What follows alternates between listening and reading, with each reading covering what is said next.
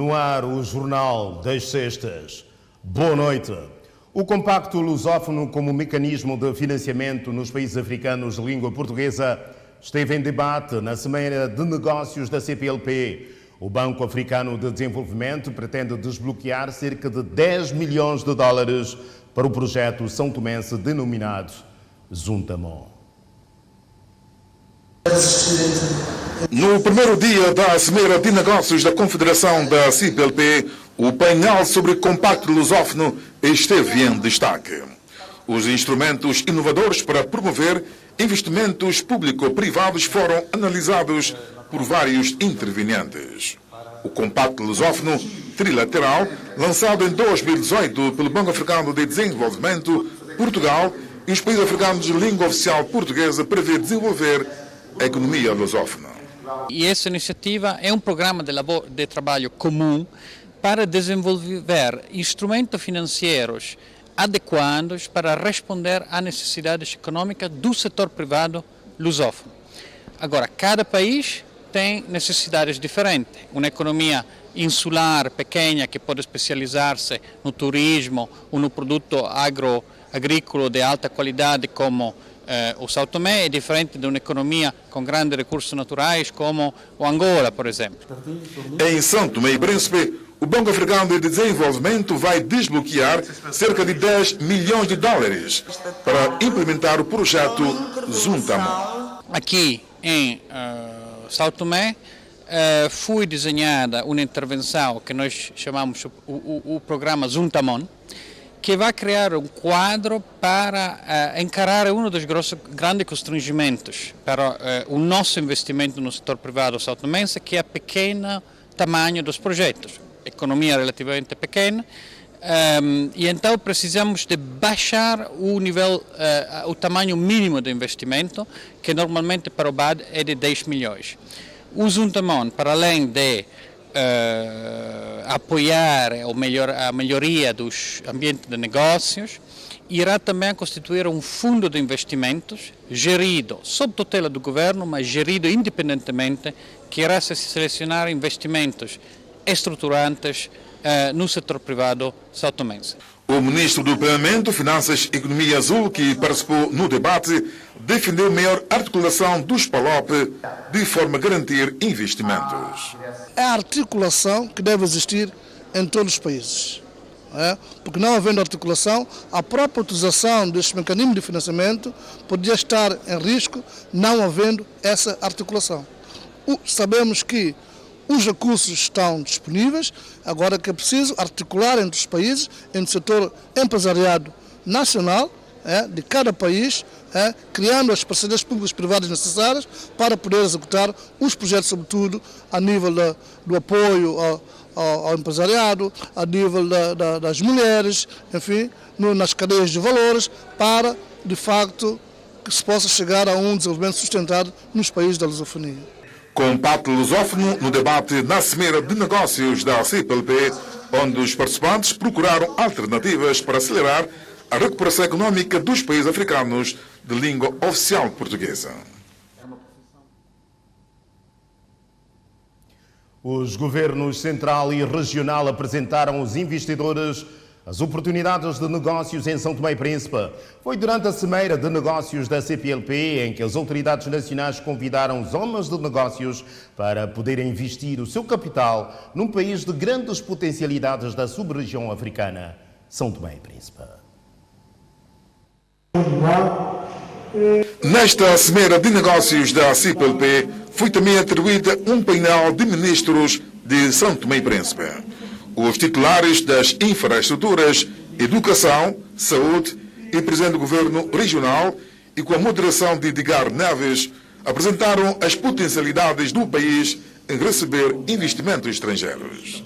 Nós apresentamos as oportunidades de investimento e também fizemos uma abordagem também realista das nossas realidades, convidando os participantes, os investidores, os nossos amigos, para que observassem de facto o nosso país e as nossas potencialidades e conosco pudéssemos trilhar diferentes caminhos do nosso desenvolvimento de forma conjunta, em que todos pudéssemos sair a ganhar, tendo em conta que a nossa inserção na nossa região, embora a pequenez das nossas ilhas, abre muitas portas, muitas janelas para aqueles que puderem neste momento arriscar o seu capital e investir aqui em São Tomé e Príncipe. Quais são as áreas que apresentou como investimento para São Tomé e Príncipe? Bem, nós temos áreas bastante vastas, né? Nós temos vários serviços aeroportuários, temos portuários também, nós temos infraestruturas energéticas, numa modalidade de transformação e reconversão que nós estamos a investir já há algum tempo. Nós também falamos do meio ambiente, porque neste momento as mudanças climáticas também trazem oportunidades para investimentos. E, portanto, nós achamos que são algumas das abordagens que vão continuar a estar em debate. Agora teremos as telecomunicações, novas tecnologias e também, obviamente, também falamos das potencialidades eventuais com a eventual descoberta do petróleo, caso sermos bem-sucedidos nas atividades de perfuração que está previsto para os próximos meses. O presidente do governo regional, presente no painel, destacou as grandes áreas que a Ilha do Príncipe espera receber dos investidores privados. No caso da região autónoma do Príncipe, nós temos muitos desafios, dos quais destacam-se em termos infraestruturais. Temos necessidade de trabalhar afincadamente e determinantemente na melhoria de um porto acostável.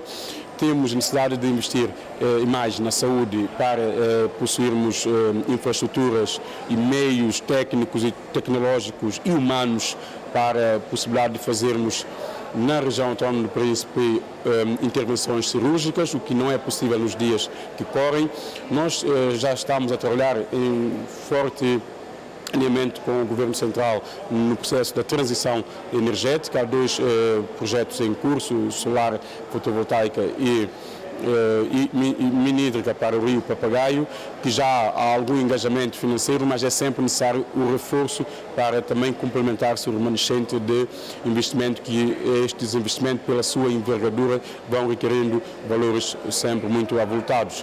Também apresentamos como sendo a indústria de transporte, sobretudo de ligação entre as ilhas, tanto marítimo como aéreo, como sendo uma grande oportunidade de negócio, olhando para alguma limitação, alguma deficiência dos transportes que ligam a ilha, bem como a sua regularidade e preço, que há aqui a necessidade até de não só se pensar no nosso mercado interno, mas olhando para a nossa localização estratégica, buscar-se aqui uma rede para os transportes operarem não só no nosso país como nos países vizinhos, olhando para os grandes mercados que temos aqui na costa oeste africana e também olhar para várias infraestruturas de suporte ao setor do turismo, que normalmente é o principal setor da nossa economia, porque não só gera mais emprego, gera impostos, gera circulação de capital, entrada de divisas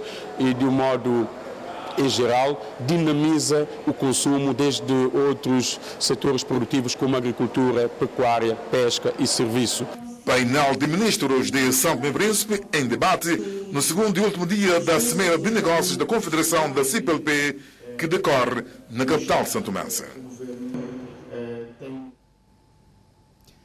O setor privado nacional esteve devidamente representado nesta segunda Cimeira de Negócios da CPLP, cujos trabalhos terminaram no início desta noite no Palácio dos Congressos. No Jornal das Sextas está o presidente da Câmara do Comércio, Indústria, Agricultura e Serviços, Jorge Correia. Boa noite. Boa noite, senhor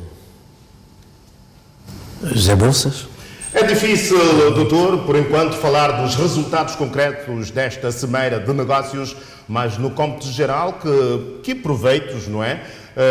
Se poderá tirar, ou melhor, o setor privado poderá tirar com a sua realização, uma vez que na antevisão do evento o senhor teria dito que seria uma oportunidade singular para estabelecimento de parcerias. Bom, esteve, portanto, durante esses 2 dias a materialização da cimeira. É uma cimeira que já se esperava há algum tempo esta parte. Como sabe, a Confederação Empresarial de CPLP foi considerada e reforçada agora na cimeira de Luanda em julho como o 4º pilar econômico e empresarial da CPLP, pois durante muito tempo a CPLP funcionou apenas no aspecto institucional, cultural, etc., mas a parte econômica não tinha, portanto, uma instituição própria que respondesse. Ora, a Confederação Empresarial CPLP, a pedido do Governo, realizou essa cimeira. Esta é a 2ª cimeira, chamemos assim. A primeira foi no ano passado em Malabo e desta vez com o São Tomé e Príncipe. Devo dizer que foi um sucesso, embora o pecado maior que houve para mim, para nós, nesse contexto, é que não houve muita divulgação interna e a parte externa, portanto, nós não tivemos ocasião de trazer para São Tomé delegações, como por exemplo a delegação de Angola, delegação Guiné Equatorial, isto tudo mercê às dificuldades financeiras de momento. Recorde-se que nós estamos a atravessar um período extremamente crítico, para além, quando nós pensávamos que a guerra, chamemos assim, da Covid-19 ia terminar e que podíamos estar livres com as vacinas, etc., etc., vem uma outra guerra que faz com que, neste momento, todas as commodities e não só aumentaram o preço de tal forma que nós já começamos a sentir internamente. Bom, ora, isto fez com que algumas delegações com quem nós contactamos, por exemplo, a Guiné Equatorial, já estava toda ela preparada para vir, mas os bilhetes de avião quase duplicaram. Eles tinham que ficar em Libreville 2 dias para vir para aqui, uma vez que não temos voos diretos. Isto, portanto, de certo modo, limitou essa cimeira em termos de participação. Mas devo dizer que foi importante, que estiveram aqui cerca de aproximadamente 100 e pico empresas, mas o mais importante são as instituições financeiras. Como se sabe, um dos males que nos afeta sobremaneira é a questão financeira, e esteve entre nós, portanto, o Banco Africano de Desenvolvimento, o BAD, um fundo ligado à agricultura, sediado, portanto, na América Latina, que predispõe, portanto, a financiar projetos ligados à agricultura, mas, como disse inicialmente, a falta de divulgação também não permitiu os tais B2B, portanto, entre empresas que vieram e empresas nossas. Houve alguns casos, obviamente, a exposição foi bonita, nós conseguimos também introduzir lá pessoas nossas com amostras de São Tomé e Príncipe, aquilo que é capaz de ser feito em São Tomé e Príncipe, e vender. Sabe que a nossa preocupação não é produzir em quantidade, mas produzir em qualidade. E nos últimos tempos, de acordo com encontros com algumas organizações, a vontade é fazer de São Tomé e Príncipe aquilo que já se fala há muito tempo, que é uma placa giratória para toda a África, não a África Central só, mas toda a África.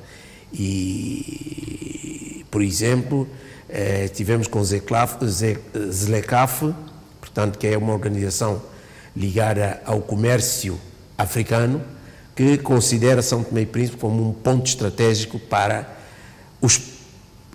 disseminar os serviços e não só para toda a África. E o que é que o país poderá esperar com a realização desta cimeira em São Tomé e Príncipe, sobretudo o setor privado nacional? Não, eu entendo que tudo aquilo que se discutiu, temas muito importantes foram discutidos, e as ilações tiradas daí, em princípio, serão todas elencadas, e a proposta nossa é que se crie uma equipe de trabalho para caso a caso, for analisando e dar continuidade, pois tem sido prática, depois de reuniões desse tipo, tudo cai no esquecimento, né? E para que isso não aconteça, que caminhos vocês, sobretudo ao nível do setor privado nacional, irá trilhar para que essas pretensões se transformem em ações? Bom, repare, a Confederação Empresarial de CPLP tem aqui um representante. E esse representante, por acaso, cabe-me a mim mesmo, partindo do princípio, por inerência, Presidente da Câmara de Comércio.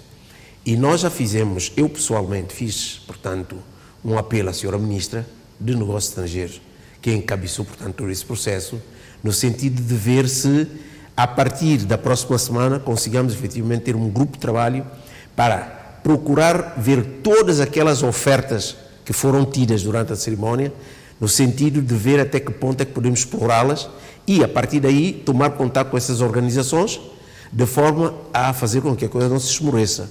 E como representante da Confederação Empresarial da CPLP e tendo já este primeiro contacto com a Ministra dos Negócios Estrangeiros, qual é o timing que está a prever no sentido de ter todo o dossiê completo para partir para a sua respectiva? Não posso falar de timing exato, mas eu creio que a partir da próxima semana eu não descansarei enquanto efetivamente esse grupo de trabalho não, aliás, próprio negócio estrangeiro já existe um grupo de trabalho com quem nós trabalhamos nos últimos tempos relacionado com a realização de cimeira.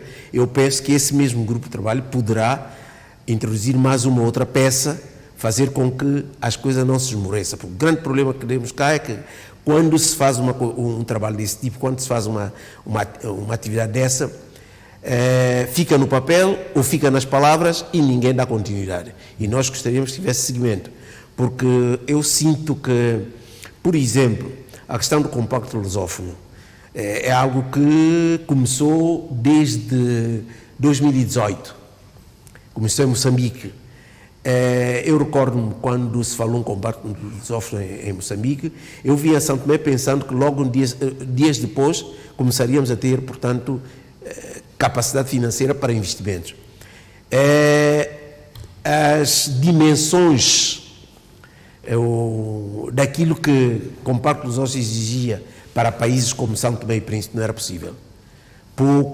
Poucas empresas aqui têm condições de 30 milhões de dólares, tinha que entrar com X por uma percentagem que ninguém era capaz de fazer. Hoje vão trabalhar sobretudo naquilo que são as realidades nacionais para que precisamente se venham a conhecer melhor precisamente por causa disso é que se criou o tal Zuntamon e estabeleceu-se um plafond de 10 milhões a título experimental, e a partir daí nós iremos ver até, vamos trabalhar em conjunto, portanto, com a representação do BAD cá em São Tomé, no sentido de ver até que ponto e quais são, portanto, as medidas e os caminhos a trilhar para que as empresas ou as pessoas individuais ou coletivas possam apresentar os seus projetos.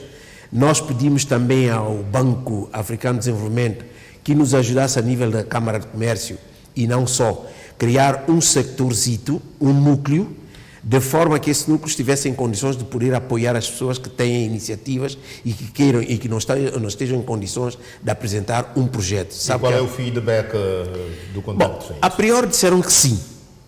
O representante que é novo, que representa, portanto, o Banco Africano de Desenvolvimento em Angola e São Tomé e Príncipe, ele tem cá um representante.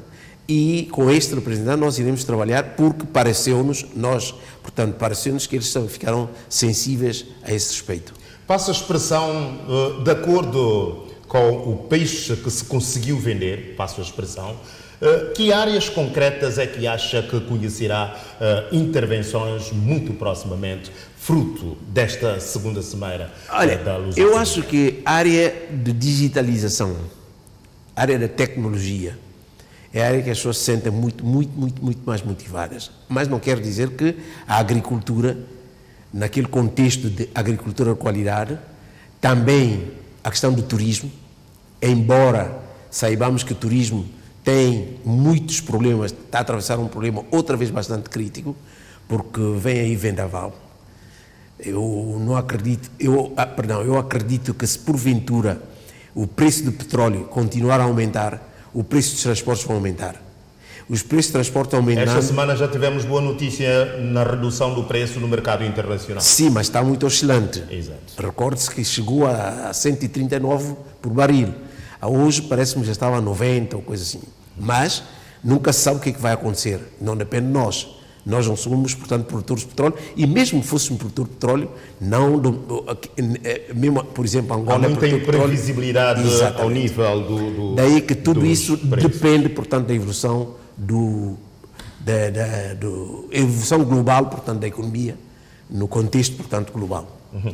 Senhor Presidente da Câmara do Comércio, Indústria, Agricultura e Serviços, já agora, recentemente o Governo colocou à disposição do setor privado nacional uma linha de crédito no valor de 3 milhões de dólares através da APCI. Que proveitos a classe empresarial nacional pôde tirar desta linha de crédito e como é que avalia já agora os critérios que nortearam a sua atribuição? Bom, gostaria de dizer que este crédito foi, portanto, fruto de trabalho da Câmara de Comércio também. Particularmente logo que houve a questão de Covid, nós, aquela questão de layoff, crédito, etc., discutimos com o Governo e o Governo concedeu esse tal crédito. Bom, a experiência que nós tivemos é que houve muita burocracia em volta desse crédito, mas, seja como for, muitos conseguiram efetivamente a obtenção desse crédito e fizeram alguns trabalhos. Só que, como sabe, aqui em São Tomé, quando se dirige para uma área, quase toda a gente vai para a mesma área. E eu creio que muita gente que recebeu esse crédito foi mais para a criação de aves, portanto, aves de capoeira, criação de suínos, etc., etc. E eu creio que ainda deve haver qualquer coisa desse crédito ainda por. O setor privado nacional continua, em termos, sobretudo, de dinheiro, muito fragilizado, não é? O que é que poderá acontecer nos próximos tempos, uma vez que há esta crise, sobretudo mundial, agora, depois do Covid, é esse despoletar da guerra entre a Rússia e a Ucrânia, com os preços a disparar e tudo continua a ser mais difícil. A Câmara do Comércio, em particular, tem alguma saída eventual para contornar essa descapitalização que o setor continua? A Câmara do Comércio não tem. Nós estamos a fazer alguns contatos. O que neste momento estamos a tentar ver é, conjuntamente com alguns países amigos, aqueles países produtores, portanto, de alimentos principalmente, pois, como sabe, alguns artigos de cesta básica triplicaram o preço. Caso concreto de óleo e não só. Como sabe, o grande produtor de trigo é a Rússia e a Ucrânia. Cerca de 30% a 35% de trigo vem daí. Quer dizer que se as coisas não pararem, os preços vão continuar a subir. Há problemas de transportes, transportes marítimos, que o preço também alterou sobremaneira. Por problema de pirataria, uma série de problemas. É daí que a nossa primeira preocupação neste momento está mais virada no sentido de ver até que ponto poderemos encontrar caminhos que possam ajudar a colmatar a subida de preços em São Tomé e Príncipe. Repare que a subida de preço desses produtos não é em São Tomé e Príncipe só. É ao nível internacional. E que caminhos está a vislumbrar? Bom, não gostaria de começar já a falar nesses caminhos, porque, como sabe, o segredo E depois estamos a falar de um país que depende muito. Mas já contatamos pelo menos duas embaixadas, uma delas que é grande produtor, portanto, de produtos como arroz, etc., no sentido de ver até que ponto é que possamos, principalmente os produtos de cesta básica, encontrar outros meandros para ajudar a colmatar a vida da população, que está, de certo modo, muito debilitada. Dr. Jorge Correia, Presidente da Câmara do Comércio, Indústria, Agricultura e Serviços, nesse com contexto, um pequeno balanço daquilo que foi a cimeira de negócios da CPLP, a segunda cimeira realizada na capital são tomense. Doutor, boa noite e obrigado por ter estado em direto no Jornal das Sextas. Só tenho a agradecer e eu espero que possamos dar continuidade de forma que encontremos efetivamente bons dias, bons sinais para São Tomé e Príncipe. Muito obrigado. Obrigado.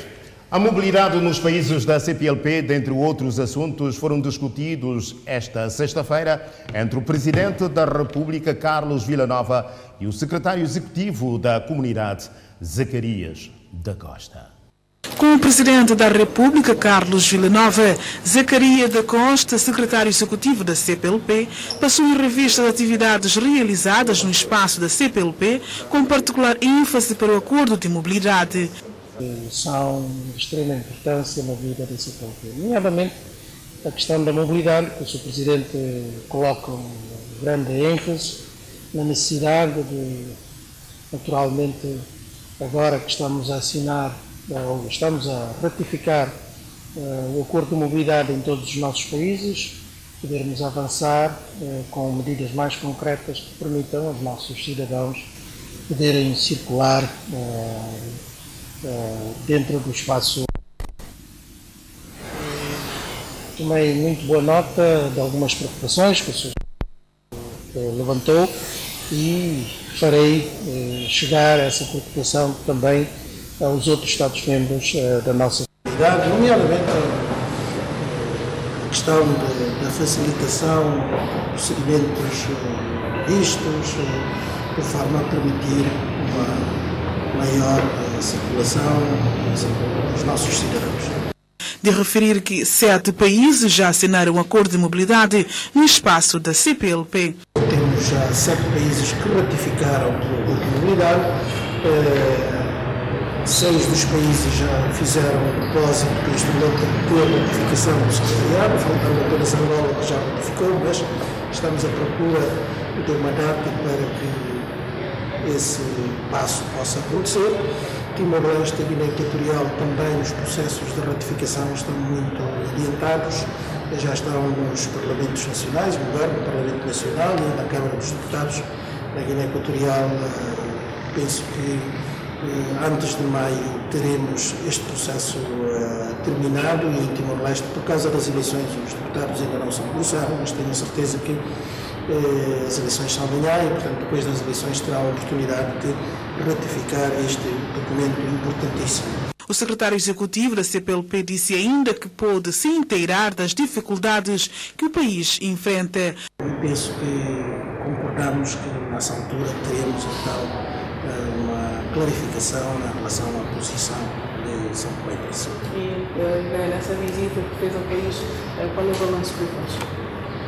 Eu penso que foi uma visita, está a ser uma visita muito positiva, na medida em que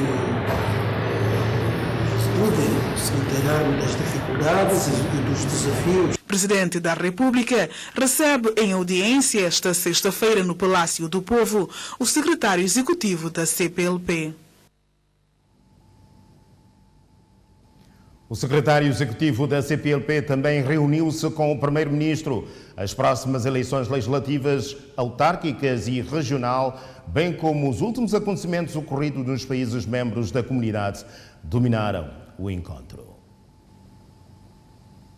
De visita ao país no quadro da Cimeira dos Negócios da Confederação Empresarial da CPLP, Zacarias da Costa reuniu-se com o chefe do governo santomense.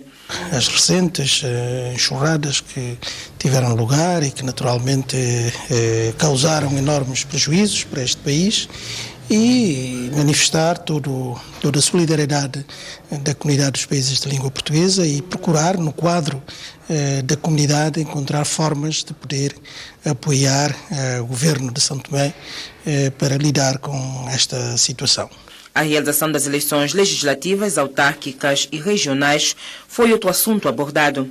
Também existem outros assuntos que naturalmente merecem atenção, de Sua Excelência, o Sr. Primeiro-Ministro, como a questão das eleições nos outros países e as próximas eleições aqui também, eleições legislativas, regional e autárquicas, onde naturalmente a CPLP costuma enviar uma missão de observação eleitoral. Estamos neste momento com uma missão de observação eleitoral em Timor-Leste para as eleições presidenciais e contaremos também enviar a São Tomé e Príncipe uma missão de observação eleitoral nas próximas eleições. Zacarias da Costa frisou ainda que a solidariedade entre os Estados é fundamental para se ultrapassar as consequências que hão de vir resultante do conflito Rússia-Ucrânia. Nós estamos a sofrer os efeitos da pandemia Covid-19 e os nossos países precisam olhar para a retoma económica o mais depressa possível. Obviamente que essa situação está a agravar-se com a guerra na Ucrânia, mas penso que a solidariedade, em primeiro lugar, é um dos aspectos importantes na nossa comunidade e particularmente esta crise sanitária veio mostrar que é importante nós todos darmos as mãos para problemas que são globais. Precisamos também de soluções que são globais, multilaterais, e naturalmente a nossa comunidade poderá fazer esse trabalho também a nível económico e empresarial, por forma que essa recuperação económica nos nossos países possa ser feita de uma forma mais célere, de uma forma que possa trazer benefícios para todas as partes. Secretário Executivo da CPLP na ronda de encontros com as entidades nacionais. Cimeira Empresarial da CPLP, visão estratégica da Confederação Empresarial e a criação de um banco de desenvolvimento na comunidade dos países de língua portuguesa estiveram no centro da audiência que o Primeiro-Ministro concedeu ao Presidente da Confederação Empresarial da Comunidade dos Países de Língua Portuguesa.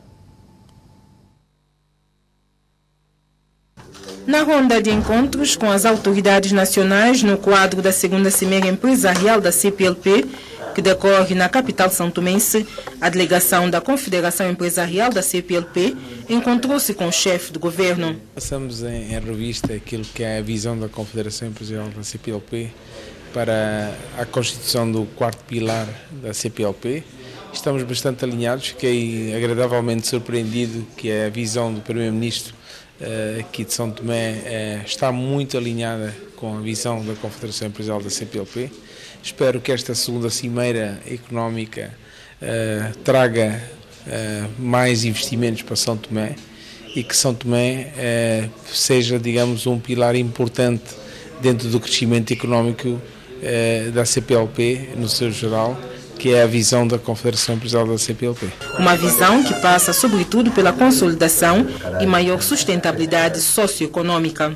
O quarto pilar da CPLP, que está em Constituição, é o pilar económico e cooperação empresarial, que é um pilar que está num processo de consolidação e a Confederação Empresarial da CPLP gostaria muito de que levar este lobby portanto, a todos os Estados membros da CPLP para que possamos ter, digamos, este pilar económico como uma razão do crescimento socioeconómico da comunidade. Acredita que nesses 2 dias de cimeira vai ser possível avançar no que toca à criação de um banco de desenvolvimento na comunidade? Bom, esta é uma visão, como foi explicado na própria cimeira. A Confederação Empresarial levou este projeto a quando da presidência política da CPLP, que era Timor-Leste, 2015, ela teve um acolhimento positivo. De lá para cá nós temos estado a passar, digamos, esta mesma ideia, este projeto aos outros Estados-membros. Tem sido positivo, mas o processo, quando se envolve novos Estados, é muito lento.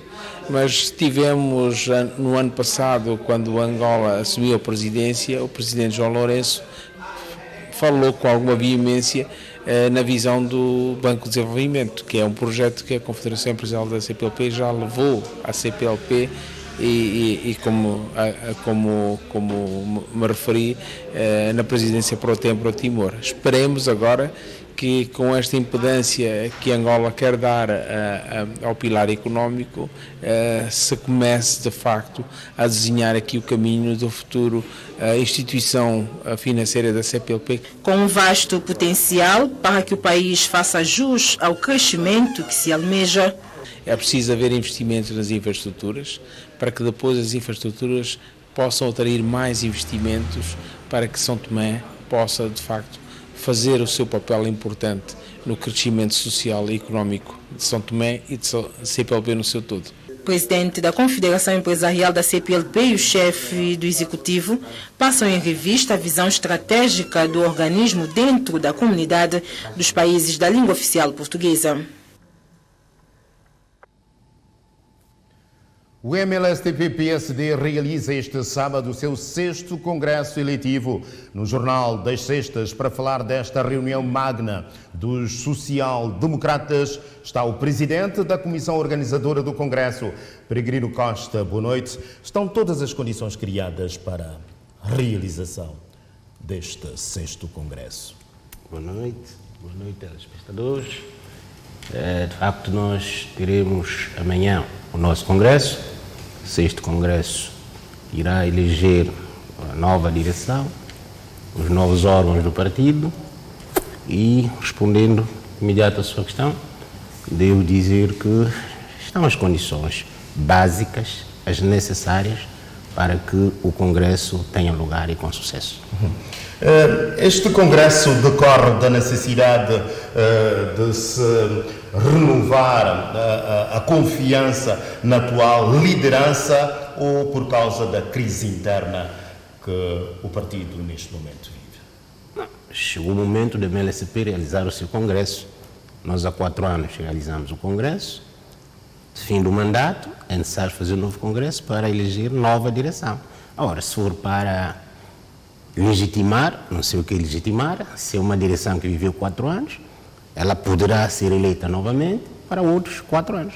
Portanto, não vejo problema da crise, não entendo, mas julgo que qualquer direção que sair desse Congresso, ou qualquer presidente sair, será presidente do MLSTP. As informações postas a circular dão conta da existência de alguma crispação no seio do partido. Daí a realização do Congresso. Confirma? Não há crispação nenhuma. A MLSP é um partido democrata. Democrata que tem várias comungações de ideias diferentes, mas todas conjugando por agradecimento do partido. Certamente, noutros partidos não teremos essa mesma situação, e não é pelo fato de haver contraditórios que haja crispação. E eu penso que o nosso Congresso não é para resolver crispação, que essa crispação não existe. Existe, sim, contraditórios entre camaradas. É por causa deste contraditório que existe logo 3 candidatos, 3 listas concorrentes à liderança do partido. Isso demonstra a vitalidade do partido. Isso demonstra, não há só um, há vários camaradas com intenções capazes de liderar o partido. Agora, caberá aos congressistas que, depois de ouvirem as moções de orientação política nacional que cada candidato irá apresentar, fazer a sua avaliação e eleger uma direção. Elegendo um presidente, está a eleger o presidente do MLSTP.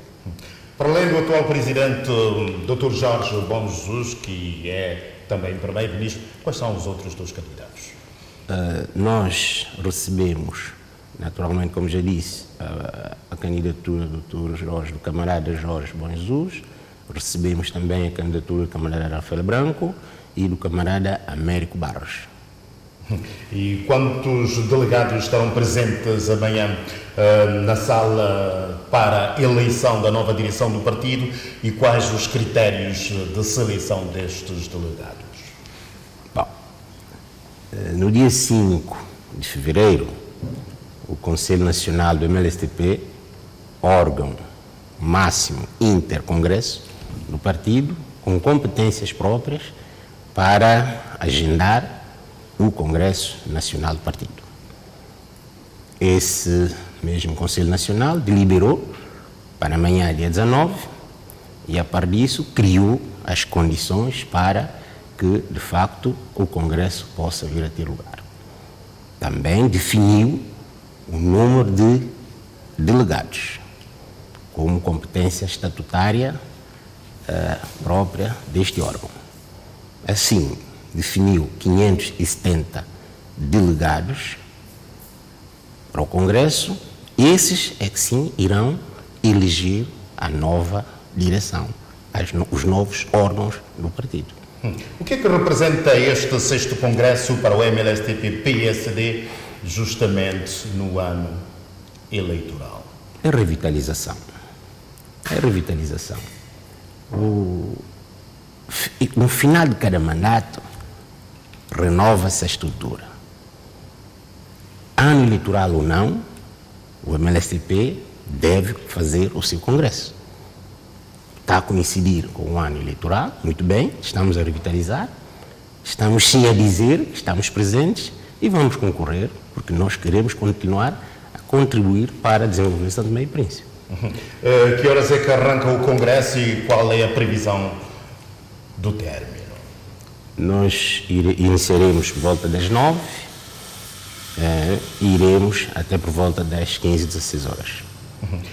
Doutor Peregrino Costa, presidente da comissão organizadora do Congresso 6º do MLSTP-PSD, no Jornal das Sextas, com a antevisão daquilo que será a reunião magna dos social-democratas. Doutor Peregrino, obrigado e boa noite. Muito obrigado e boa noite.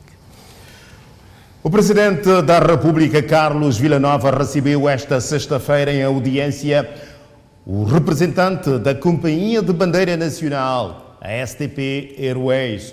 Os projetos para o futuro da agência dominaram o encontro.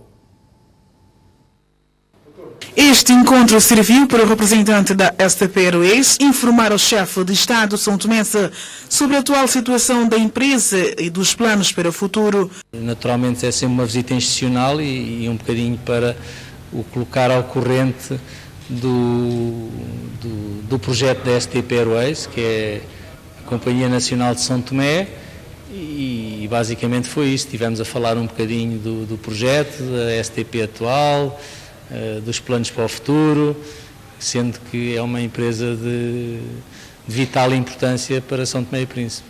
A STP Airways é uma empresa, enfim, que tem uma gestão privada, tem acionistas, em que um dos acionistas é o Estado de São Tomé e as decisões são tomadas em Assembleia Geral. A STP Airways este ano faz 14 anos, é um caso de sucesso nesta região de África, só que os negócios da aviação são negócios de capitais intensivos e que têm que ser muito bem geridos e demoram a desenvolver, porque ou temos muitos milhões para investir imediatamente, ou se não os temos que os criar. Eugênio Fernandes disse ainda que a empresa está agora em melhores condições. Resolvemos uma série de pendentes que tínhamos até a nível estatutário e neste momento estamos em condições de pensar no projeto de desenvolvimento que é tão desejado por todos e principalmente pelo Estado de São Tomé e Príncipe. E falámos um bocadinho à volta desse processo de desenvolvimento da STP Airways, que passa muito por ter aqui um incremento na rota doméstica, com mais frequências, e com o desenvolvimento das rotas regionais para aqueles pontos que interessam e buscar tráfego. E naturalmente isso exige um esforço grande aos acionistas, porque vai exigir ir buscar novos equipamentos, vai exigir um esforço grande na formação de quadros locais técnicos, porque a aviação é uma indústria muito técnica e muito exigente, e pronto, e é um plano de longo prazo que tem que ser traçado e vamos começar. Presidente da República, em audiência com o representante da empresa nacional, STP Airways. Jornal das Sextas, o orçamento da Assembleia Legislativa Regional avaliado em 5 milhões de dobras, foi aprovado esta sexta-feira. Para o exercício do ano econômico 2022, o orçamento da Assembleia Legislativa do Príncipe, aprovado esta sexta-feira, está estimado em aproximadamente 5 milhões de dobras e conta também com a contribuição da própria Casa Parlamentar, cobranças de algumas receitas internas, conjugadas com algumas alinhações. Vem 4 milhões 560 mil dobras do governo. Deste valor, acrescemos mais 88.500 dobras, que é da alienação dos bens da Assembleia, que também vai reforçar este valor que o Governo vai transferir à Assembleia, e entra 38.654 dobras e 16 cêntimos, que é o saldo positivo do ano anterior, que entra para o ano 22 para reforçar este novo orçamento, mais receita interna de cobrança de algumas movimentações a nível da Assembleia no valor de 20 mil dobras. Daí que este orçamento total, na sua globalidade, vai fazer um total de 4.707.154 dobras e 16 cêntimos. É o valor global que foi aprovado para a Assembleia Legislativa Regional. E tem como uma das principais prioridades intervenção na própria sede deste Parlamento, que apresenta-se fortes sinais de arranjos, quer na sua estrutura e nos serviços. O edifício em si carece de uma reabilitação profunda. E essa reabilitação e este valor não responde, de certeza absoluta, àquilo que nós prevemos fazer em termos de reabilitação e alguma alteração aqui no edifício da Assembleia. Mas mesmo assim, nós consideramos que há alguns serviços mínimos de reabilitação que pode ser feito para nós, enfim, irmos funcionando enquanto não encontramos o valor suficiente para reabilitar, digamos assim, a Assembleia. Então, subtraímos deste valor de um montante de 1.588.000, subtraímos 750 mil dobras para os serviços de pequenas reabilitações, não é? Algumas construções, mesmo nesse, digamos assim, nesse âmbito de reabilitação do edifício, para nós atendermos às maiores dificuldades. Caso concreto, a Assembleia chove muito, não é? E isto tem provocado algum mal-estar dentro do edifício, então localizamos aqui 750 mil dobras para trabalhos de reabilitação e algumas construções aqui dentro do edifício. Mesmo reabilitando a Assembleia, nós não temos aqui na Assembleia computadores para serviços administrativos, não temos aqui computadores para o serviço digamos, das comissões parlamentares. Independentemente disso, como vê, nós estamos aqui na sala, trabalhamos com uma temperatura elevada. Não há ar-condicionado, pelo menos para equilibrar a temperatura aqui para o funcionamento dos serviços. E nós estamos a dizer isso e outros equipamentos mais que nos faltam, casos de mesas e outras necessidades mais. Daí é que nós pusemos algum valor no investimento para nós adquirirmos esses materiais, de forma tal nós darmos, digamos assim, um conforto para os trabalhos administrativos, não só como também os trabalhos das comissões. Para que este orçamento de 2022 seja execuível, é esperado da parte da Assembleia Legislativa do Príncipe uma maior colaboração do governo no que toca às transferências de verbas. Esperemos nós que as condições melhorem. Continuamos ainda com problemas da pandemia, né, que assola a nossa economia fortemente, mas mesmo assim não podemos estar parados e estamos esperançosos que a situação venha melhorar este ano e que as transferências, pelo menos que diz respeito ao investimento, venham à Assembleia para nós darmos, digamos assim, resposta àquilo que é a maior necessidade nossa, que é a reabilitação da Assembleia. Reunião plenária da Assembleia Legislativa do Príncipe aprova esta sexta-feira o orçamento da própria sede para o ano econômico 2022 em aproximadamente 5 milhões de dobras. Uma nova vertente de atendimento foi introduzida no Sistema Nacional de Saúde. Trata-se de cuidados continuados integrados. Está a ser implementado pela área de saúde de Água Grande. A médica Adionilde Aguiar é delegada da referida área de saúde. Doutora, seja bem-vindo ao Jornal das Sextas. Muito obrigada. Em que exatamente é que consiste esses cuidados continuados integrados? Muito obrigada. Em primeiro lugar, boa noite, senhora jornalista, boa noite aos telespectadores. Gostaria de agradecer a oportunidade de estar cá consigo hoje para realmente poder explicar à nossa população em que é que consiste este serviço que estamos a implementar ao nível do Distrito de Água Grande. Importa explicar o que são, de facto, os cuidados continuados ou cuidados continuados integrados.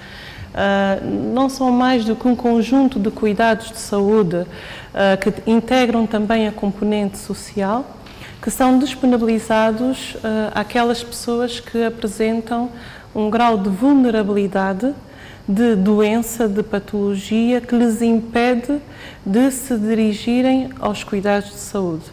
Estamos a falar, por exemplo, de alguém que está acamado por uma patologia crónica, alguma situação de saúde, e estando acamado não consegue, naturalmente, se dirigir aos cuidados de saúde primários, aos centros de saúde, aos postos, quando necessita de alguma situação. Portanto, dirige-se, em última análise, dirige-se ao hospital, onde a situação já está grave, já está bastante comprometida. E como chegar a essas pessoas? Exatamente, como chegar a estas pessoas? Através desta rede integrada de cuidados que pretende, se o paciente não consegue vir até nós por uma situação de saúde, então faz parte, o sistema de saúde deve dar resposta a esse paciente, indo nós até ao paciente. Nós temos a obrigação, a nível dos cuidados de saúde primários, de darmos esse suporte ao paciente que está em situação de vulnerabilidade e a necessitar de um grau de acompanhamento, de seguimento e de tratamento das suas patologias. Nos países mais desenvolvidos, estes cuidados continuados integrados funcionam como uma rede, que vai desde deslocações domiciliares ao nível dos cuidados de saúde primários até redes de internamento de curta, média, longa duração, para descanso do cuidador, para internamentos necessários destes pacientes. Naturalmente que aqui em Santo Tomé nós não temos a estrutura montada que nos permita ter uma rede de cuidados tão desenvolvida, que albergue várias instituições e que seja composta por diversos tipos de apoio. Mas ao nível dos cuidados primários é possível nós darmos aqui um suporte, um reforço, de facto, a estas pessoas. Como que têm identificar este tipo de justamente a questão que se coloca, identificar esses pacientes? Será através dos agentes da saúde comunitária? Sim, nós utilizamos, portanto, nós já fizemos essa fase. Ou através dos familiares? Nós já fizemos essa fase, nós identificamos ao nível do distrito, com o apoio dos agentes de saúde comunitários, identificamos aquelas pessoas que de facto estavam nessa situação de vulnerabilidade, de deficiência, com alguma situação de imobilidade e a necessitar de cuidados de saúde. Fizemos um levantamento no distrito, naturalmente que a necessidade excede, não é? A procura excede a oferta. Nós temos limitações em termos de recursos humanos, em termos de recursos logísticos, mas iniciamos, priorizamos, fizemos um filtro nas situações que achamos mais graves e identificamos, neste momento temos nos nossos cuidados cerca de 42 pacientes, em que nós fazemos deslocações, 3 a 4 deslocações por semana. Em cada deslocação temos capacidade para avaliar 5 a 6 pacientes, em que, dependendo da situação, em que nós fazemos todo o tratamento, que pode variar desde a higienização do paciente, ao tratamento da sua ferida crónica, ao tratamento da sua hipertensão que está descompensada, a avaliação da sua glicemia, enfim, todos os cuidados que aquele doente necessita. São normalmente pacientes que estão em situação de abandono? Alguns casos, de facto, têm esta componente social. Tem esta componente social em que a família não consegue dar o apoio necessário que o paciente está a necessitar naquele momento. Temos casos em pessoas que vivem em situações de degradação realmente importantes, que com um impacto importante na sua saúde e que temos também a longo prazo tentar ter ao nível da nossa rede de cuidados continuados este suporte social para tentar também resolver estas questões ou mitigar estas questões, porque o nosso objetivo, no fundo, é garantir o bem-estar do paciente. E o bem-estar não só a nível das componentes da saúde, como a nível das componentes sociais, habitacionais, económicas. Naturalmente que nós somos pequenos, não conseguimos fazer tudo, mas estamos a dar os primeiros passos, implementamos o serviço, iniciamos este serviço já em finais de fevereiro. Portanto, já vamos cerca de 2, 3 semanas no terreno. O feedback é fantástico. E quem suporta os custos inerentes a este trabalho? Atualmente, este serviço é um serviço gratuito.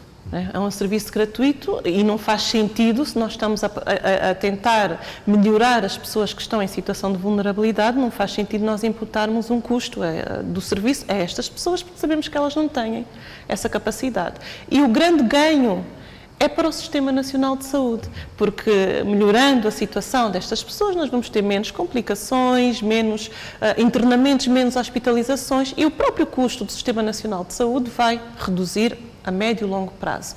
Atualmente a área está a avançar, portanto o Sistema de Saúde está a avançar, o Ministério da Saúde está a avançar com os seus próprios recursos. Naturalmente que nós temos aqui várias parcerias sobre a mesa. Estamos a elaborar o projeto para submeter alguns parceiros que já mostraram haver sensibilidade para nos apoiar, quer em termos logísticos, quer em termos também de formações, que são sempre importantes, capacitação dos recursos humanos que trabalham especificamente nesta área e, portanto, vamos avançar possivelmente à luz verde para termos algumas parcerias, alguns apoios, mas neste momento, dada a necessidade que nós verificamos no distrito destas pessoas, a situação em que elas de facto vivem com de facto situações de vulnerabilidade, de patologia grande, decidimos avançar com base naquilo que nós temos e estamos a ter um saldo bastante positivo. Trata-se de um projeto, no fundo, piloto, que está sendo desenvolvido ao nível do distrito de Água Grande e falou aqui dos ganhos para o próprio Sistema Nacional de Saúde. Já tentou ver com as autoridades, sobretudo com a Ministra da Saúde, a possibilidade também de alargar este projeto, tendo em conta os resultados que já começa a obter para os outros cantos do país, os outros distritos do país e a região autónoma? Naturalmente. Nós, como área de saúde, nós estamos na dependência da Direção de Cuidados de Saúde, que é, portanto, em ordem à autoridade máxima é a Sra. Ministra e ela está a par de todos os projetos que são implementados nas áreas de saúde.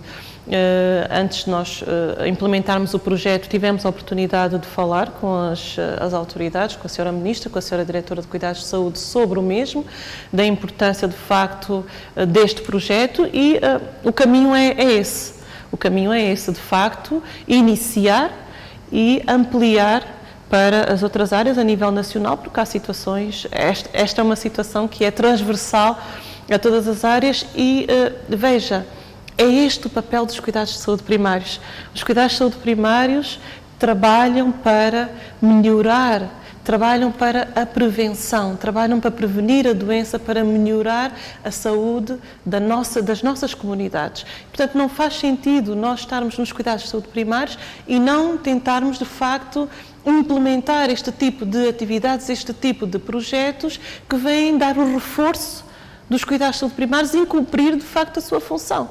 Porque a nível dos cuidados primários nós devemos ser o garante desse bem-estar, ajudar as nossas comunidades a adquirir esse bem-estar através de estilo de vida saudável e mitigar os seus problemas de doença. Se eles não podem vir até nós, temos toda a obrigação de ir até eles. Portanto... Já tentou ver junto a algumas instituições, como a própria OMS, se calhar o projeto Saúde para Todos, o apoio para a sustentabilidade deste projeto?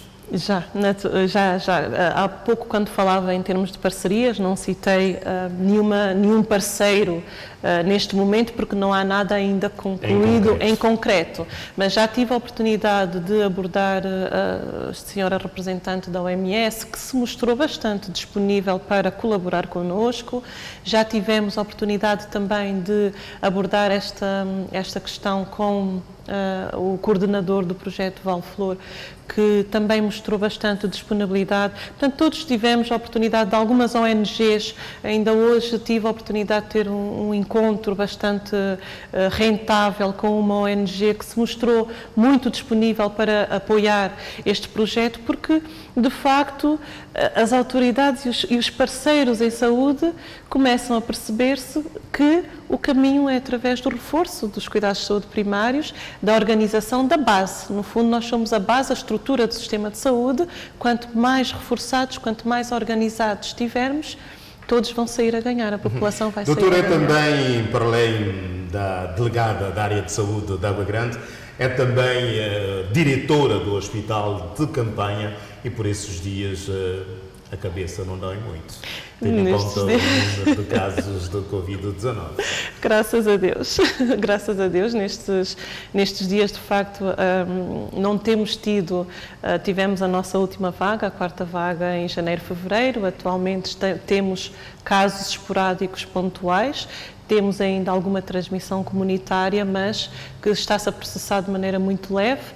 Estamos a preparar, entre vagas, a nossa função é sempre preparar o melhor possível a resposta para uma eventual próxima vaga e, portanto, é isso que estamos a fazer, juntamente com os nossos parceiros, a esse nível, a preparar as estruturas de saúde, as infraestruturas, os recursos humanos, capacitar os profissionais de saúde para, no fundo, numa próxima vaga, a resposta ser melhor do que a que foi na última vaga e minimizarmos, no fundo, as consequências, que é a morbilidade e a mortalidade da doença. E quero aqui deixar alguma mensagem à população, tendo em conta que, sobretudo, ao nível da Ásia já se começa a notar algum crescimento do número de casos da Covid-19. É sempre bom, nestas oportunidades, nós podermos, de facto, aproveitar para sensibilizar a população. Nós, quando temos uma tendência, o próprio ser humano relaxa quando as coisas estão calmas, quando as coisas estão boas, não é? Então a nossa tendência, a tendência da população é ir relaxando nas medidas preventivas que todos já conhecem subejamente, que é a higienização das mãos, o distanciamento social, o uso de máscara facial em espaços com aglomerados de pessoas e em espaços pequenos, arejar sempre os espaços que estão muito fechados, tentar mantê-los o mais arejados possíveis. Nos primeiros sintomas, dirigirem-se aos cuidados de saúde para a testagem. Portanto, estas recomendações são recomendações que as pessoas devem sempre seguir. No fundo, quanto mais precoce nós detectarmos, mais precoce conseguimos tratar e parar a transmissão. E gostaria também, a nível do nosso serviço de cuidados continuados, gostaria de informar a população que é claro que nós fizemos o levantamento distrital com os agentes comunitários, mas com certeza que não chegamos a todos os cantinhos, não é? Portanto, se houver alguma situação, alguma família que tenha algum familiar que esteja acamado, que esteja amputado, que tenha uma lesão, uma úlcera, uma lesão crónica, uma ferida, que esteja cego, nós temos bastantes pacientes com situação de cegueira, com imobilidade, que não conseguem dirigir-se aos cuidados de saúde, que nos façam saber. Podem se dirigir ao centro policlínico, estar em contacto com a enfermeira coordenadora e reportar essa situação. Este é um processo bastante dinâmico, à medida que os pacientes vão melhorando, à medida que vamos cicatrizando as lesões, os pacientes vão melhorando, uns vão saindo, porque estão bem, outros vão entrando, então o processo é sempre dinâmico, mesmo que não consigamos já dar resposta a tudo, notificamos, ficamos com a situação em nota e logo que possível tentamos dar resposta. Portanto, também apelo aqui à população, se tiver alguma situação a nível do Distrito de Água Grande, alguma situação que possa inserir-se nos nossos critérios, que nos façam saber, que nós teremos todo o gosto em apoiar. Doutora Dionilda Aguiar, muito obrigado por ter estado em direto, ou por estar em direto neste Jornal das Sextas, delegada da área de saúde de Água Grande, aqui com a linha de força do novo projeto sobre cuidados continuados de saúde aqui no distrito de Água Grande, uma iniciativa que poderá se estender aos outros distritos do país, ela que também abordou sobre a atual situação da Covid-19 no país, pois a doutora Dionilda Aguiar é diretora do Hospital de Campanha. Doutora, boa noite. Muito boa noite e muito obrigada pela oportunidade. E por falar do novo coronavírus, Covid-19 fez mais uma vítima mortal. Trata-se de um homem de 81 anos do distrito de Lobata. De acordo com o boletim diário do novo coronavírus do Ministério da Saúde, nas últimas 24 horas foram registrados 2 casos positivos. 5 pessoas encontram-se em isolamento domiciliar na ilha de São Tomé. E ainda nesta matéria, a equipa de vacinação contra a Covid-19 está a realizar em todo o país o processo de vacinação domiciliar com vista a obter maior cobertura vacinal, um trabalho que conta com o apoio dos agentes de saúde comunitária. As visitas em domicílios realizadas por agentes de saúde comunitário e equipas de vacinação contra a Covid-19, reforçar a campanha de sensibilização, foram os meios encontrados pelas autoridades sanitárias para obter maior cobertura vacinal. Agora que vamos fazer um ano que recebemos as vacinas, é importante que nós façamos um balanço de como tem sido esse ano até agora, e nós vimos que realmente a adesão tem sido fraca ultimamente. Então daí este reforço à campanha de comunicação e de sensibilização, e por isso é que nós estamos outra vez a reforçar as equipas que vão ao terreno, a fazer sensibilização nas comunidades, mais uma vez fazer esclarecimentos, tirar dúvidas, e esperamos com isso que a população adira em massa à vacinação, porque a vacinação é a forma de prevenção que nós temos mais eficaz contra a Covid-19. Mesmo com várias campanhas de sensibilização feitas por estes agentes, ainda existe algumas resistências por parte da população. Em terreno, sabe como é que é, né? Umas pessoas resistem, mas nós estamos aqui para fazer educação sanitária, tentar convencer, falar os prós e os contras. A mim, mais ainda de idade, para não recuar, para tomar vacina. Onde um trabalho com o governo de café de importância. Onde país e povo, nessa país. Se o Estado está preocupado de tratar de saúde do povo, isso é um bom sentido. O trabalho dos agentes de saúde comunitário tem contribuído para sanar algumas dúvidas por parte da população no que toca aos possíveis efeitos colaterais da vacina, no reforço à imunização e na melhoria dos trabalhos no terreno.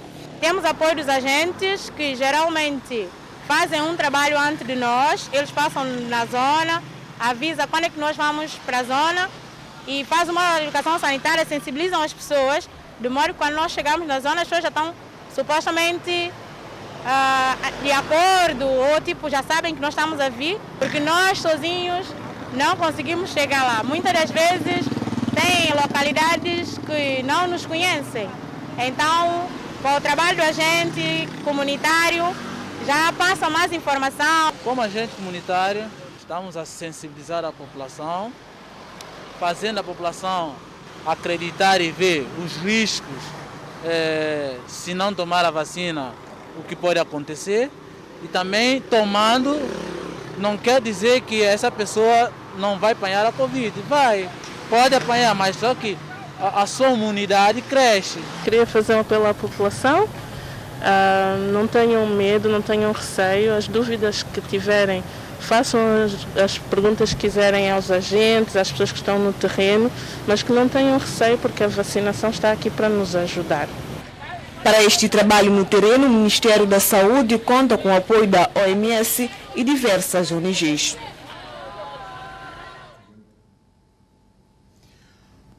A Índia poderá vir a disponibilizar uma linha de crédito a favor de São Tomé e Príncipe. O assunto foi analisado durante a audiência que o Ministro das Infraestruturas e Recursos Naturais concedeu ao embaixador indiano. É uma oportunidade de crédito bonificado que está nas mãos do governo santomense.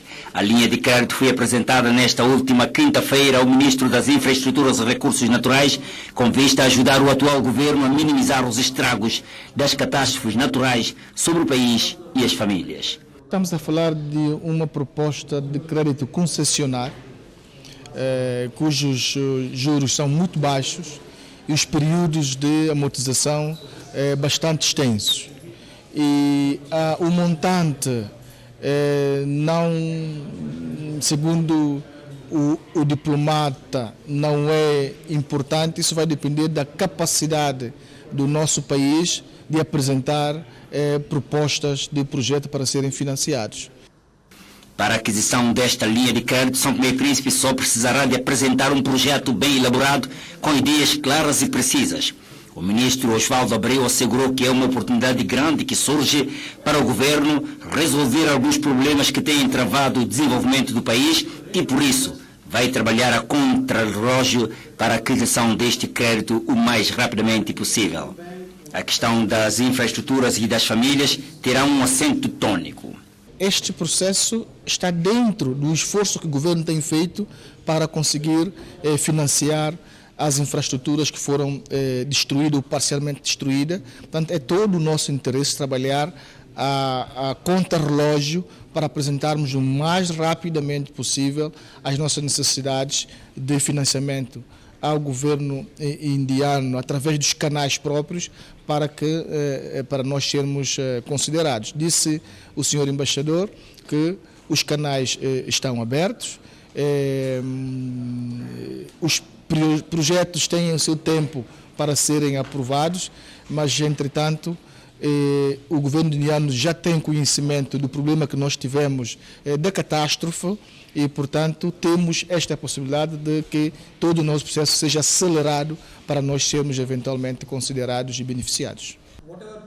Da parte da Índia, existe total disposição em ajudar o país a se beneficiar desta linha de crédito. So we are waiting for projects to be given to us.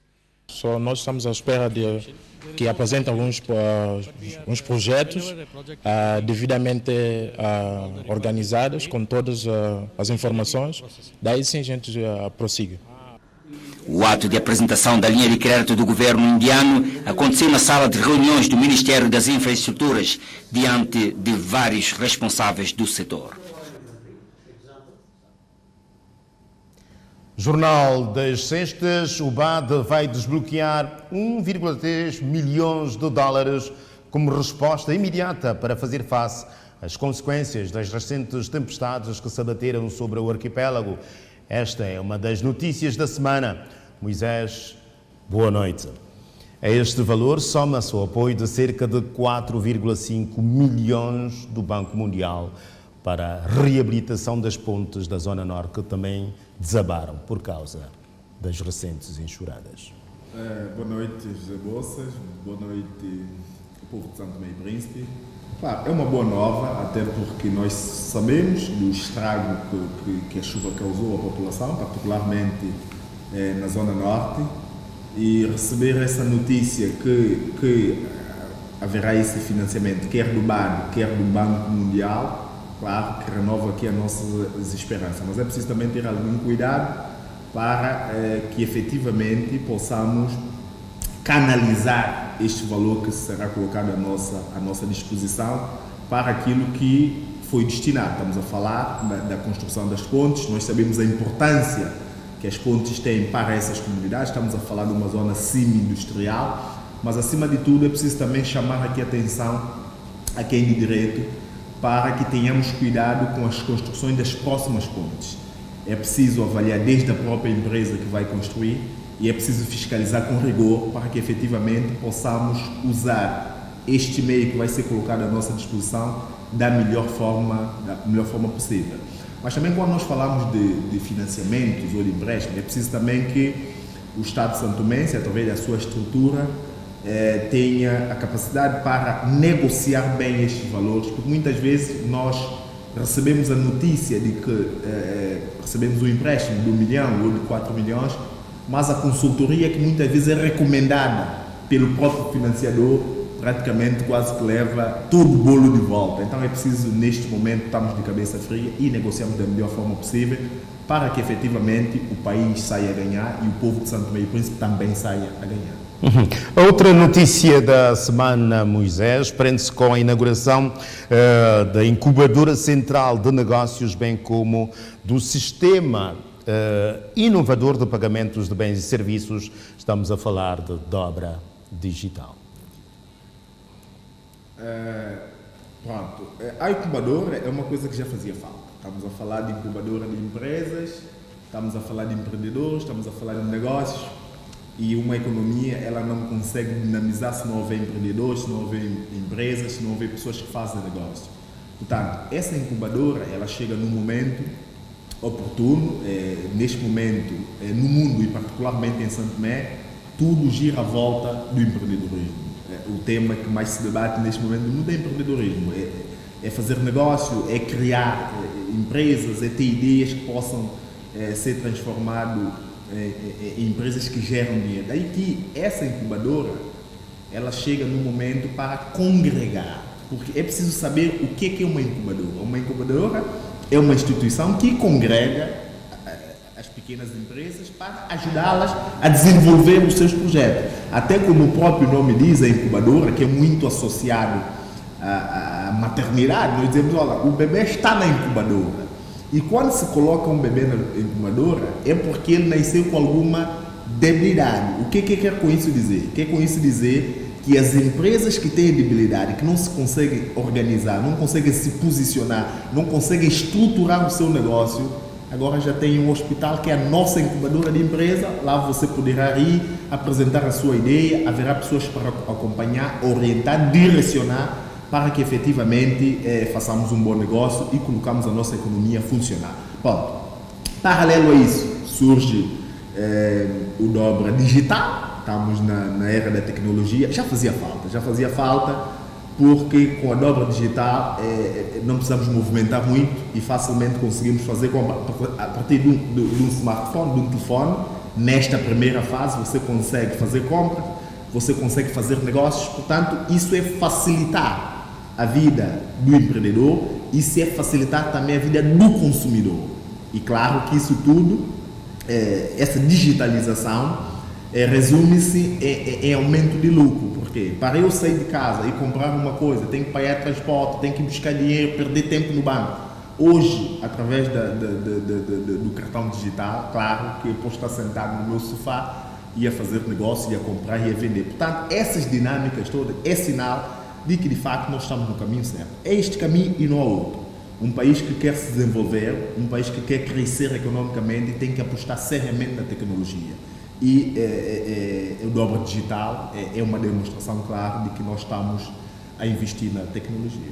Dobra digital, incubadora, tudo isto na semana da Cimeira de Negócios da CPLP. Vem tudo agora a cruzar. Nós inauguramos a incubadora, temos a dobra digital, estamos neste momento na Cimeira de Negócio em Santo Tomé e Príncipe. Claro, a Cimeira é algo que movimenta, traz pessoas de vários pontos. Estamos a falar de vários operadores da CPLP, estão no nosso país, estão a ver aquilo que são as oportunidades de negócio, e nós temos muitas.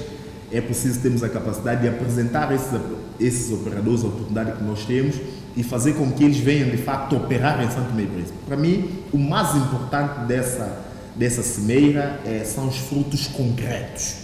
Quando efetivamente nós vemos que, olha, no fruto da cimeira, nós temos essa grande empresa que está cá a fazer investimento, está a dar emprego aos nossos jovens, está a fomentar a nossa economia, está a pagar os impostos ao Estado. Para mim, isso é muito importante. E já agora, qual é a sua expectativa relativamente a esta cimeira que terminou? É boa porque cimeira é movimentação de homens de negócio, de pessoas, de ideias. Eu fico preocupado e fiquei preocupado porque reparei que há pouca participação dos homens de negócio santomenses. Nós temos qualquer coisa como 150 empresas que vieram de fora, mas quando vamos pesar aquilo que é nosso, empresas nacionais, quase que não temos. Portanto, isso é preocupante porque se vêm homens de negócios, vêm para cooperar com os nossos homens de negócios, os nossos empresários, e fazer grandes negócios em Santo Tomé. Se os nossos empresários não estão presentes na cimeira, é algo de estarmos preocupados. A pergunta é, será que os nossos homens de negócio não querem fazer negócio? O que falhou? Falhou algum trabalho de casa?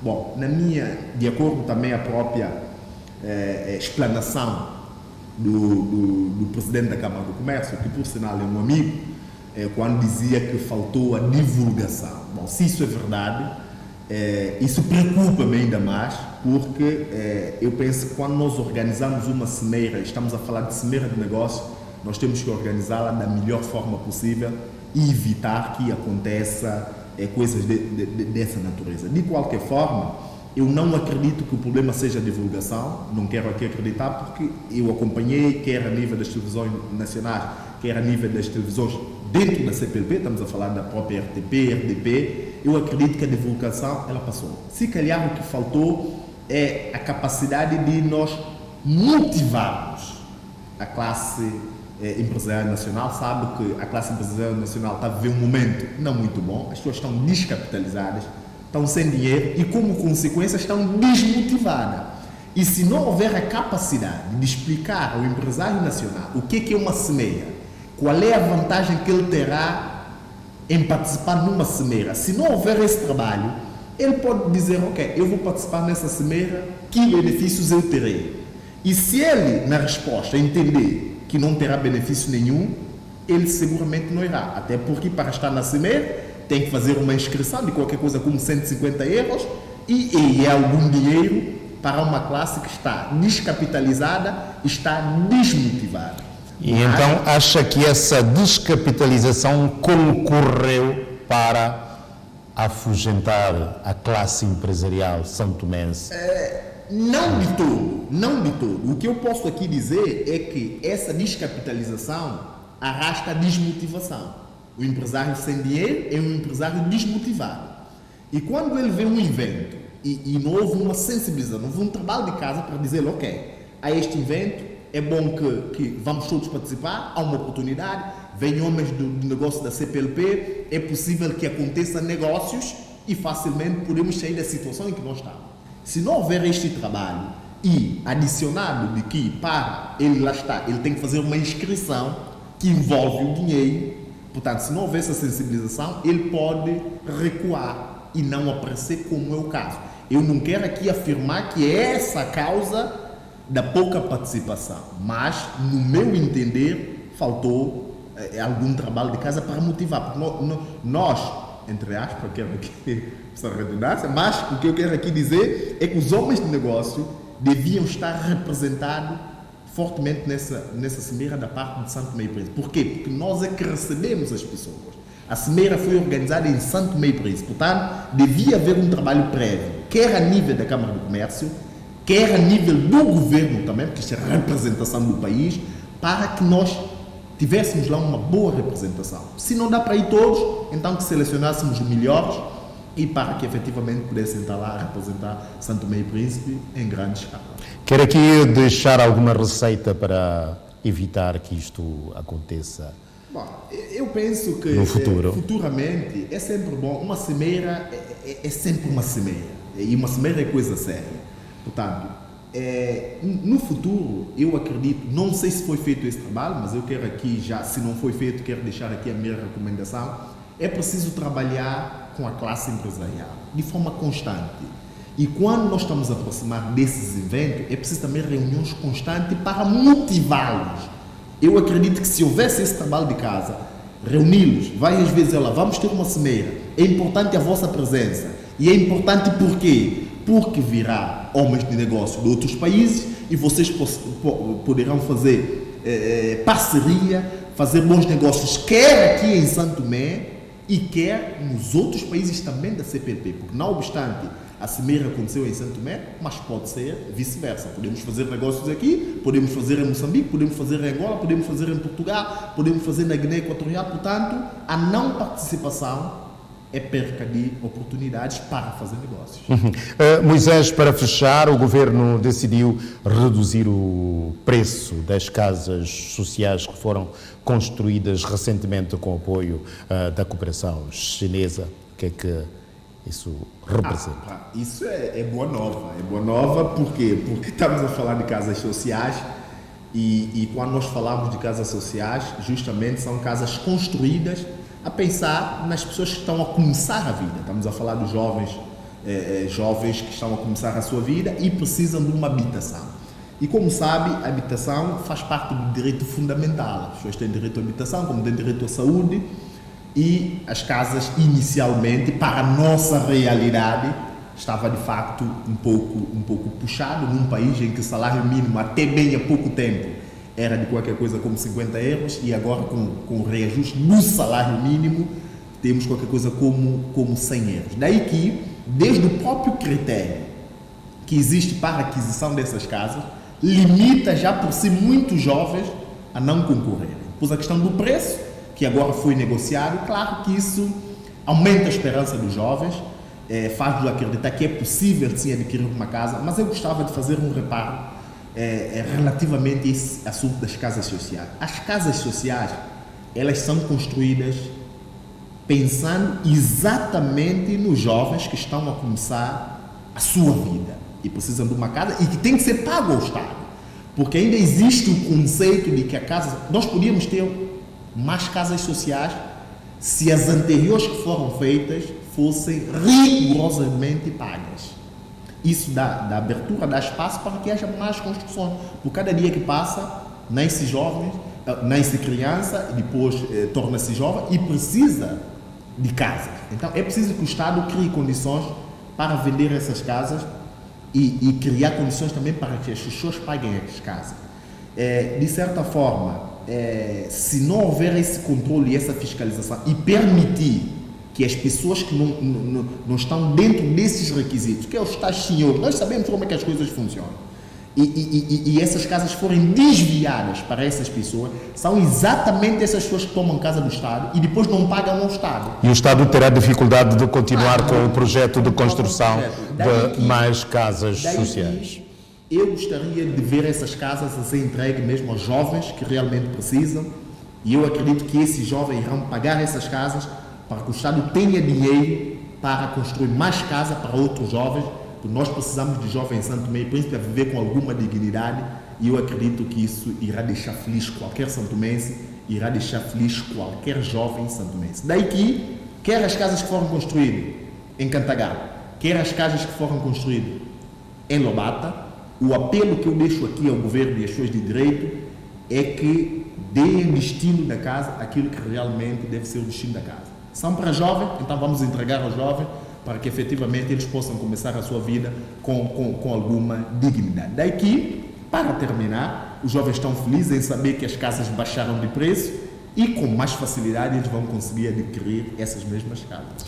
Moisés Viegas, com análise dos principais acontecimentos da semana aqui no Jornal das Sextas. Moisés, obrigado e boa noite. Uma viatura de marca Honda CR-V despistou-se esta quinta-feira e caiu no rio Água Grande. O acidente isolado não provocou vítimas mortais.